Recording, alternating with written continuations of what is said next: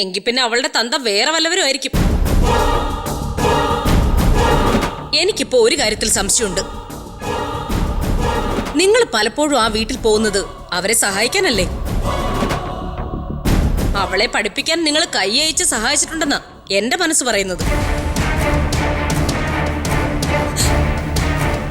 അങ്ങനെ ചെയ്തിട്ടുണ്ടെങ്കിൽ അവൾക്ക് എന്നോട് നന്ദി ഉണ്ടാവേണ്ടതല്ലേ? എന്റെ നിർമ്മാണം പൊളിക്കാൻ അവൾ ഇറങ്ങി പുറപ്പെടുമായിരുന്നു. അവളുടെ അച്ഛൻ എന്റെ വിശ്വസ്തനായിരുന്നു. പക്ഷേ അവളുടെ ആ പിതാവിന്റെ ഗുണങ്ങൾ അവൾക്ക് കിട്ടിയിട്ടില്ല. നമ്മുടെ കമ്പനി കാര്യങ്ങൾക്ക് വേണ്ടി സമീപിച്ചപ്പോഴെല്ലാം അവൾ വഴങ്ങിയില്ല. അതാണവൾ. ആ അവളെ പിന്തിരിപ്പിക്കാനോ ബലം പ്രയോഗിച്ച് ഭയപ്പെടുത്തി സഞ്ജയിൽ നിന്ന് വേർപെടുത്താനോ എനിക്കിപ്പോ കഴിയില്ല.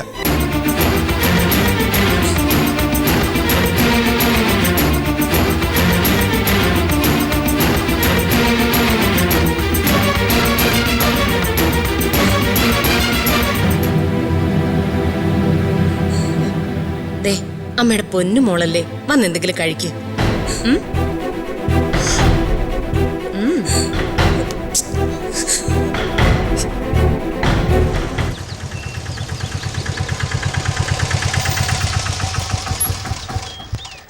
ഒന്ന് വെയിറ്റ് ചെയ്യണേ.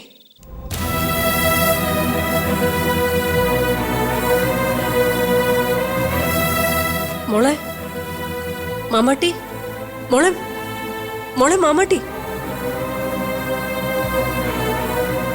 മാമാട്ടി, ടാ മോളെ, മോളെന്താ ഇവിടെ കിടന്നത്?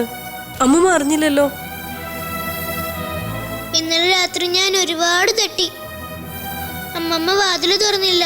പിന്നെ അമ്മമ്മ വാതില് തുറക്കുമ്പോ പറയാൻ കരുതി ഇവിടെ ഇരുന്നതാ. ഉറങ്ങിപ്പോയി. അമ്മയുടെ കയ്യില് ഡോക്ടർ മോതിരയിട്ടവന് അമ്മമ്മ വിഷമിക്കണ്ട. അമ്മമ്മയ്ക്കൊരു മോതിരം ഞാൻ മേടിച്ചു തരാം.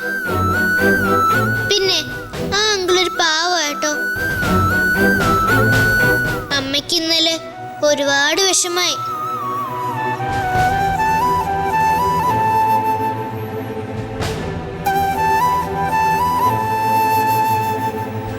ഇവിടെ അമ്മൂമ്മയുടെ വാക്കുകൾ അനുസരിക്കാത്ത വേറെ ആളുകളുണ്ടല്ലോ.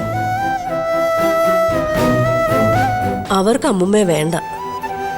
അപ്പൊ അമ്മൂമ്മ കരുതി അമ്മൂമ്മയ്ക്ക് അവരെയും വേണ്ടാന്ന്. അതുകൊണ്ട് അമ്മൂമ്മ പോവുക.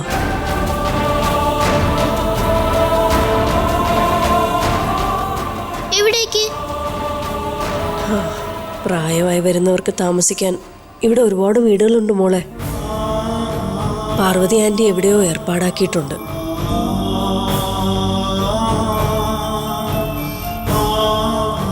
ഇതിനിടെ കിടന്നുരുകാൻ എനിക്ക് വയ്യ.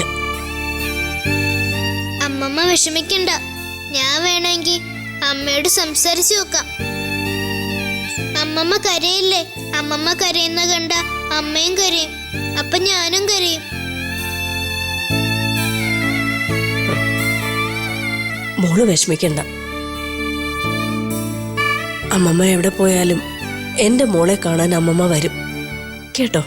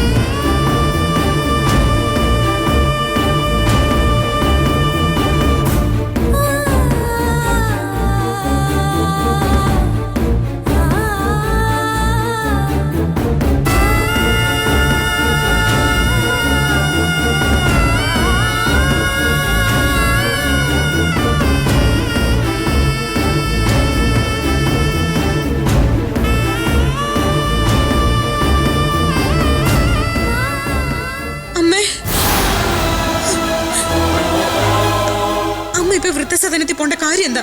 മനസമാധാനം ഇല്ലെങ്കിൽ രക്ഷിതാക്കൾക്ക് അതല്ലേ മാർഗമുള്ളൂ. ഇത്ര ചെറിയ കാര്യത്തിന് ഇത്ര വലിയ തീരുമാനം എടുക്കേണ്ട ആവശ്യമുണ്ടെന്ന് എനിക്ക് തോന്നുന്നില്ല. അവിചാരിതമായി അമ്പലത്തിൽ വെച്ച് കണ്ടപ്പോ അയാൾ പൂജിക്കാനായി കൊണ്ടുവന്ന ആഭരണം എന്റെ കയ്യിൽ ഇട്ടു തന്നു. അത് നിങ്ങളുടെ തലമുറയുടെ പ്രശ്നമാണ്. ദേവീ സന്നിധിയിൽ വെച്ച് അങ്ങനെ ഒരു ചടങ്ങ് നടക്കുമ്പോഴേ ഞങ്ങളുടെ തലമുറയ്ക്ക് അത് വലിയൊരു കാര്യമാണ്. കണ്ടവർക്കും അറിഞ്ഞവർക്കും അവരെ അറിയിക്കാത്തതിന്റെ വിഷമമുണ്ട്. അതും വലുതാ. സഞ്ജയ് എനിക്ക് വേണ്ടി ആലോചിച്ചത് അമ്മയാ. ഞാനുമായി അടുപ്പിച്ചതും അമ്മയാ. അന്ന് അമ്മയുടെ മുഖത്ത് ഞാൻ കണ്ട സന്തോഷം ഇപ്പൊ എവിടെ പോയി?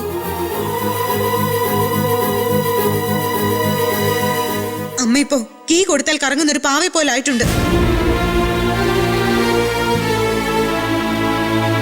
നീ കെട്ടിക്കൂ എന്ന് പറയുമ്പോ കെട്ടാനും വേണ്ടെന്ന് പറയുമ്പോ വേണ്ടെന്ന് വെക്കാനും എനിക്ക് എങ്ങനെ കഴിയും അമ്മേ? ഞാനൊരു മനുഷ്യ സ്ത്രീയല്ലേ?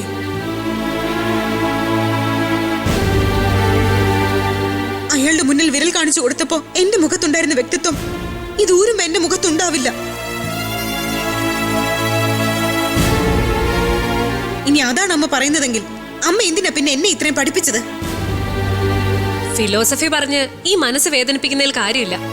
ഇപ്പൊ ചേട്ടത്തി ഇങ്ങനെ തീരുമാനിച്ചിട്ടുണ്ടെങ്കിൽ അതിന് തക്കതായ ഒരു കാരണം ഉണ്ടാവും.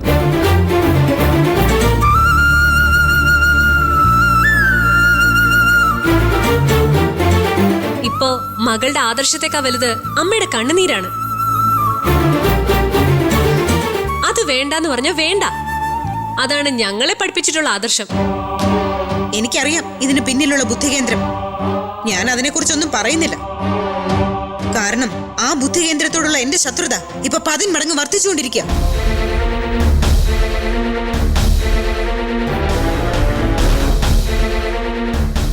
ഈ മോതിരം വിരൽ അണിയിച്ചപ്പോ ഞാൻ കരുതിയത് എന്റെ അമ്മ സന്തോഷം കൊണ്ട് എന്നെ വാരി പുണരുമെന്നാ. അത് കണ്ടവരും വേണ്ടാന്ന് പറയുന്നവരും എന്നെ സംബന്ധിച്ചൊരു പ്രശ്നമേ അല്ല.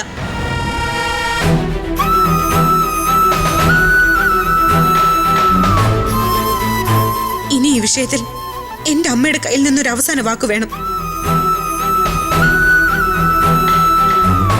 ആ വാക്ക് ഞാൻ അനുസരിക്കാം. കാരണം എനിക്ക് വേണ്ടത് ആദർശവും പദവിയും ഒന്നുമല്ല. അച്ഛൻ മരിച്ചിട്ടും എന്നെ പൊന്നു പോലെ വളർത്തിയ IAS കാര്യാക്കിയ ഈ അമ്മയാണ്.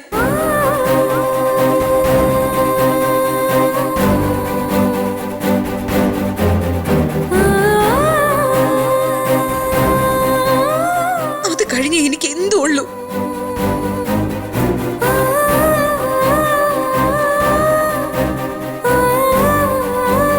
അമ്മ എന്നോട് പറഞ്ഞു ഇഷ്ടപ്പെടാൻ. ഞാൻ ഇഷ്ടപ്പെട്ടു.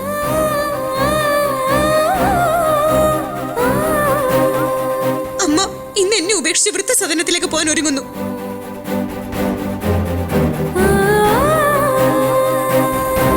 ഞാൻ ചോദിക്കട്ടെ, ഈ ബന്ധം വേണോ വേണ്ടയോ?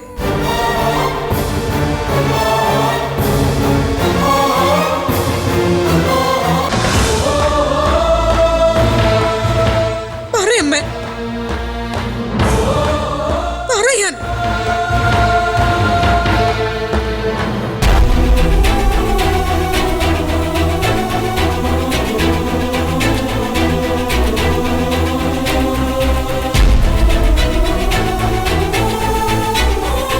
എനിക്കും അവൾക്കും ഇടയിലുള്ള ഏക വ്യക്തി എന്ന നിലയിൽ താൻ എനിക്ക് വാക്ക് തരണം. ആ ബന്ധം നടത്തില്ല എന്ന്. ദേ, എന്റെ മരണമാണ് അതിനും ഭേദം.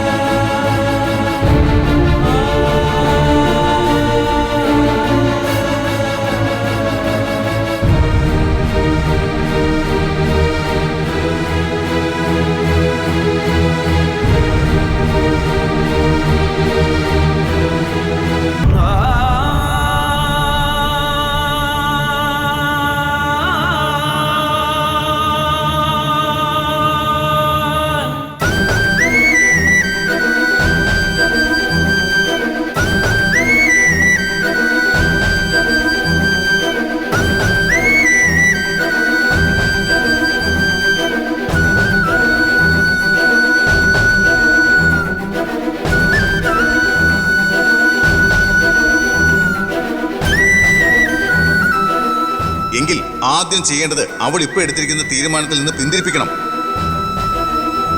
ഇത് സുരേഷ് മേനോൻ എന്ന ബിസിനസ്സുകാരന്റെ അഭ്യർത്ഥനയല്ല, സാന്ദ്ര എന്ന പെൺകുട്ടിയുടെ അച്ഛന്റെ അപേക്ഷയാണ്. ദേ, എന്റെ മകളുടെ ജീവിതം നശിച്ചു കാണാൻ വസുന്ധര അവസരം ഒരുക്കരുത്. ഞാൻ പറഞ്ഞേക്കാം.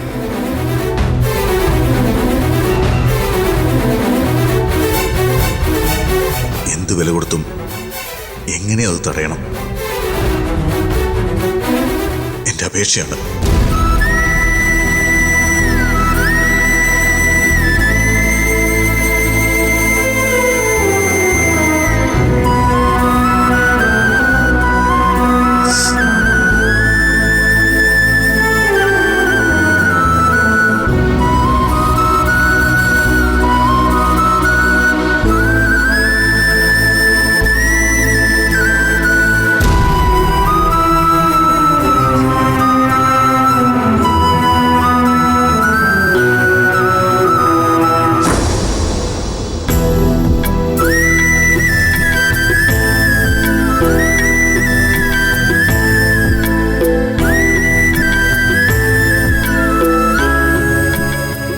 അമ്മേ,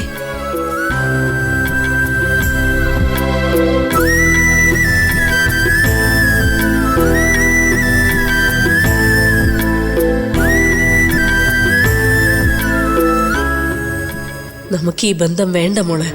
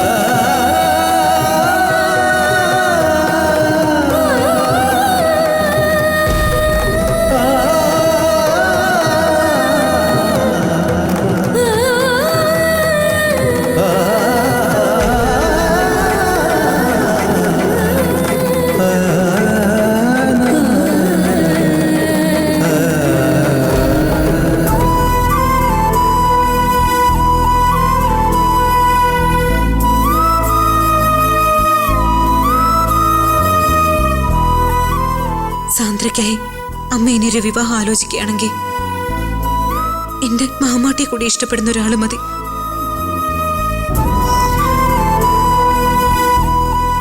അയാളുടെ വിദ്യാഭ്യാസമോ സൗന്ദര്യമോ പണമോ ഒന്നും എനിക്ക് വിഷയമല്ല.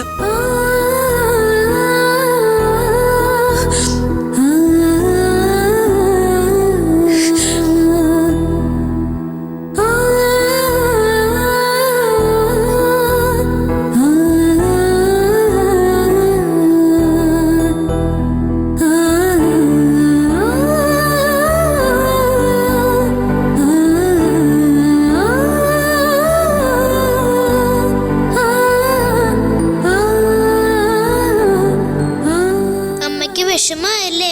ഏയ് ഇല്ല മോളെ, മറ്റുള്ളവർക്ക് വേണ്ടി സ്വന്തം ഇഷ്ടങ്ങൾ മറക്കുമ്പോഴാ ജീവിതമാവുന്നത്. നമുക്കിഷ്ടമുള്ള ചിലരെ നമ്മൾ ചില സമയത്ത് മറന്നേ പറ്റൂ. അമ്മയ്ക്ക് എന്നെ ഇഷ്ടമല്ലേ? പിന്നെ അമ്മ എന്നെ മറക്കോ? ഒരിക്കലുമില്ല. നിനക്ക് വേണ്ടിയാ അമ്മ ഒരാളെ ഇഷ്ടപ്പെട്ടത്. മോളെ പോലെ തന്നെ അമ്മയ്ക്ക് പ്രിയപ്പെട്ടത് അമ്മമ്മേ. ആ അമ്മമ്മയ്ക്ക് വേണ്ടി അത്രയെങ്കിലും ചെയ്തില്ലെങ്കിൽ അമ്മമ്മയ്ക്ക് വേദനിക്കും. ഇപ്പൊ സന്തോഷമായി കാണും എല്ലാവർക്കും. പക്ഷെ മാമാട്ടിക്ക് സന്തോഷമില്ല. അതൊക്കെ മാറിക്കോളും. അപ്പൊ ഇനി നമ്മള് ഡോക്ടർ അങ്കിളിനെ കാണില്ലേ? കാണുന്നതിനെന്താ കുഴപ്പം? കാണാലോ. നമുക്കൊരു കാര്യം ചെയ്യാമേ. ഞാൻ വലുതായിട്ട് മതി കല്യാണം. അപ്പൊ നമുക്ക് രണ്ടുപേർക്കും കൂടി ഒരാള് മതിയല്ലോ. ഈ മാമാട്ടിയുടെ ഒരു കാര്യം. ഏട്ടത്തി,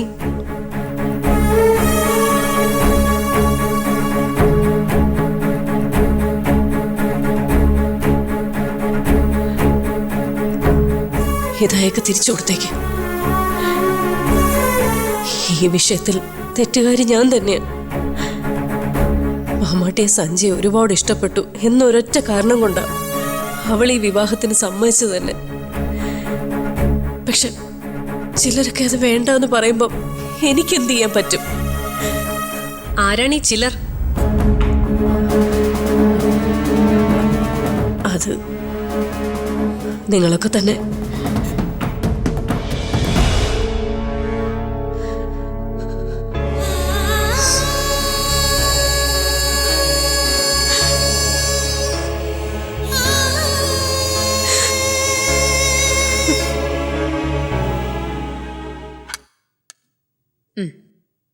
അമ്മേ മതി, കുറച്ചുകൂടി കഴിക്ക്.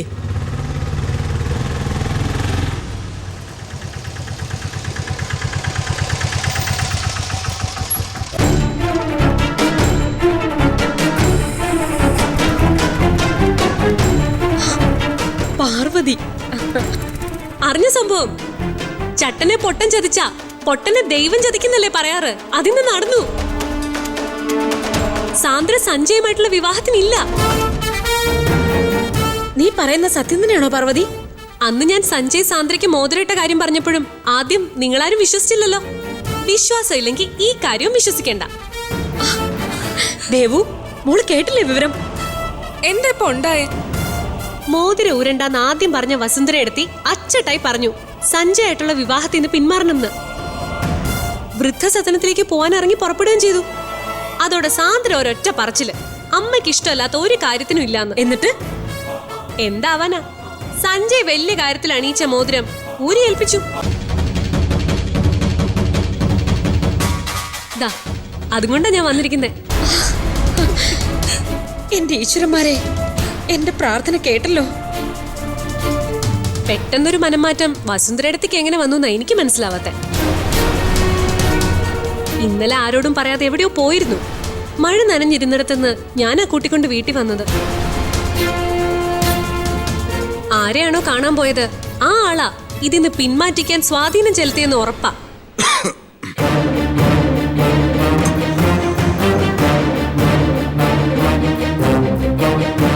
വസുന്ധരയെ സ്വാധീനിക്കാൻ കഴിയുന്ന ആരെങ്കിലും കാണും. പക്ഷേ സാന്ദ്ര പിന്മാറിയതുകൊണ്ട് ആ ആൾക്ക് എന്തായിരിക്കും നേട്ടം? എന്തെങ്കിലും ഉദ്ദേശം ഉണ്ടാവും. ഞാനും കിട്ടുന്ന സമയത്രയും വസുന്ധരടുത്തോട് പറയുമായിരുന്നു, മേനോൻ സാറ് ദേവുവിന് വേണ്ടി തീരുമാനിച്ച ആളെ നമുക്ക് വേണ്ടാന്ന്. അതിന്റെ കൂടെ ഫലാവും ഏട്ടത്തിയുടെ മനസ്സുമാറ്റത്തിന് കാരണം. എന്തായാലും ഈ ഉപകാരം ഞാൻ ഒരിക്കലും മറക്കില്ല പാർവതി. ഇവിടെ പലർക്കും ഇല്ലാതിരുന്ന ആത്മാർത്ഥത എന്റെ മോളുടെ കാര്യത്തിൽ കാണിച്ചതിന് നന്ദി. മറക്കില്ല ഞാൻ. എന്നാ ഞാനങ്ങോട്ട്.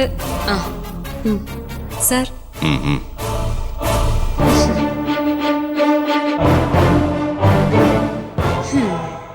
എങ്ങനെയുണ്ട് കാര്യങ്ങൾ? ഇതാ ദൈവം മുകളിലുണ്ടെന്ന് പറയുന്നത്. മോളെ, ഇനി നീ ഒന്നുകൊണ്ട് വിഷമിക്കണ്ട.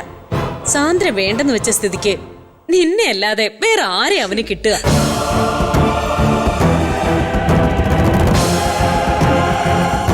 പാർവതി പറഞ്ഞ പോലെ വസുന്ധര കണ്ടത് നിങ്ങളെയാണോ? കണ്ടതായാലും കാണാത്തതായാലും നിന്റെ അഭീഷ്ടം പോലെ കാര്യങ്ങൾ നടക്കുന്നുണ്ടല്ലോ. അഥവാ നിങ്ങൾ കണ്ട് അവരോട് പറഞ്ഞ് പിന്തിരിപ്പിച്ചതാണെങ്കിൽ അത്രയ്ക്ക് നിങ്ങളെ അനുസരിക്കാൻ എന്താ നിങ്ങൾ തമ്മിലുള്ള ബന്ധം? പലവട്ടം ഉത്തരം തന്നിട്ടുള്ള കാര്യങ്ങൾ വീണ്ടും വീണ്ടും ആവർത്തിക്കണ്ട. നശിക്കാനായാലും നന്നാകാനായാലും മകളുടെ കാര്യത്തിൽ നീ എടുക്കുന്ന തീരുമാനം അത് നിന്റെ മാത്രമായിട്ടുള്ളതായിരിക്കും.